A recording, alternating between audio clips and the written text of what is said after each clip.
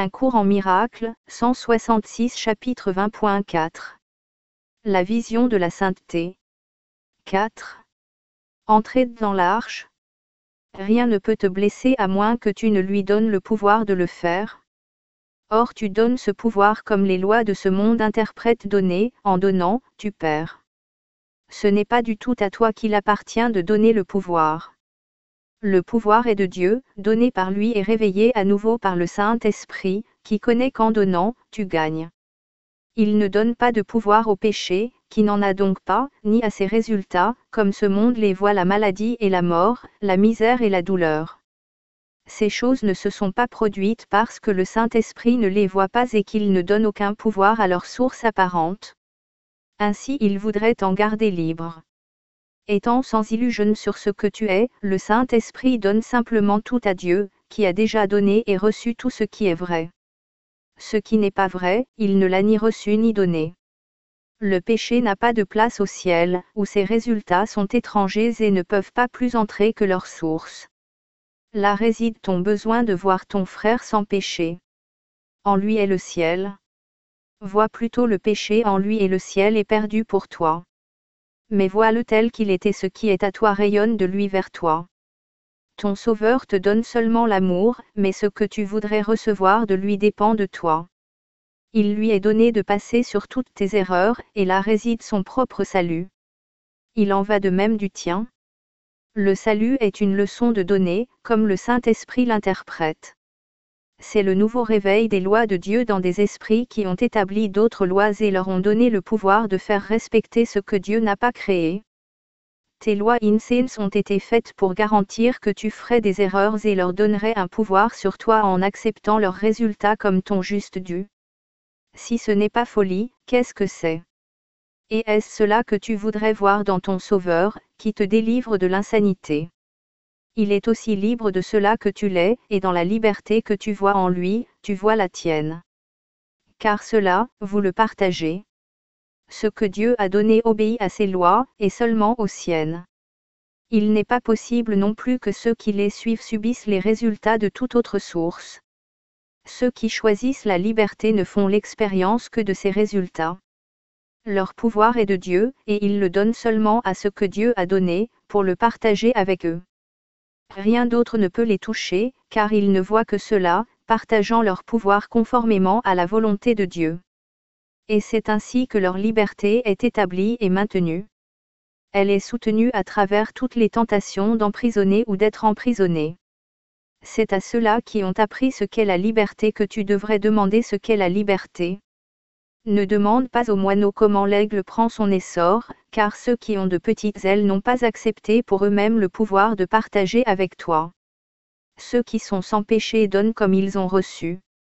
Vois donc en ton frère le pouvoir de l'impeccabilité, et partage avec lui le pouvoir de la délivrance du péché que tu lui as offerte. À chacun de ceux qui errent sur cette terre dans une apparente solitude, un Sauveur est donné dont la fonction particulière ici est de le délivrer, et ainsi de se libérer lui-même. Dans le monde de la séparation, chacun est désigné séparément, bien qu'ils soient tous les mêmes. Or ceux qui connaissent qu'ils sont tous les mêmes n'ont pas besoin du salut. Et chacun trouve son Sauveur lorsqu'il est prêt à regarder la face du Christ et à le voir sans péché. Le plan n'est pas de toi et tu n'as pas besoin de te soucier de quoi que ce soit, sauf du rôle qui t'a été donné à apprendre. Car celui qui connaît le reste y verra sans ton aide. Mais ne pense pas qu'il n'ait pas besoin de ta part pour l'aider avec le reste.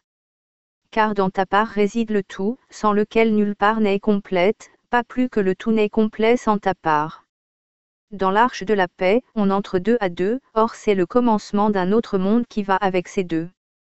Chaque relation sainte doit entrer là pour apprendre sa fonction particulière dans le plan du Saint-Esprit, maintenant qu'elle partage son but. Et tandis que ce but s'accomplit, un nouveau monde surgit dans lequel le péché ne peut entrer mais où le Fils de Dieu peut entrer sans crainte et où il se repose un moment pour oublier l'emprisonnement et se souvenir de la liberté. Comment peut-il entrer, pour se reposer et se souvenir, sans toi? Sauf si tu es là, il n'est pas complet.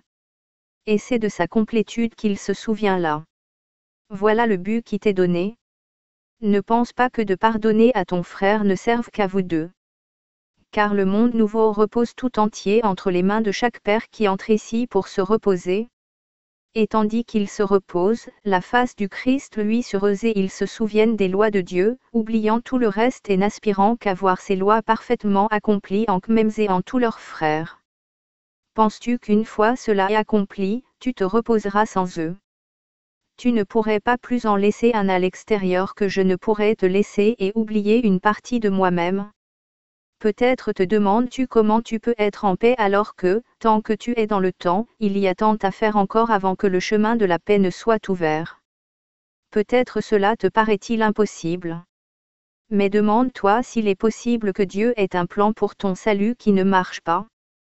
Une fois que tu auras accepté son plan comme étant la seule fonction que tu veuilles remplir, il n'est rien d'autre que le Saint-Esprit n'arrangera pour toi sans effort de ta part.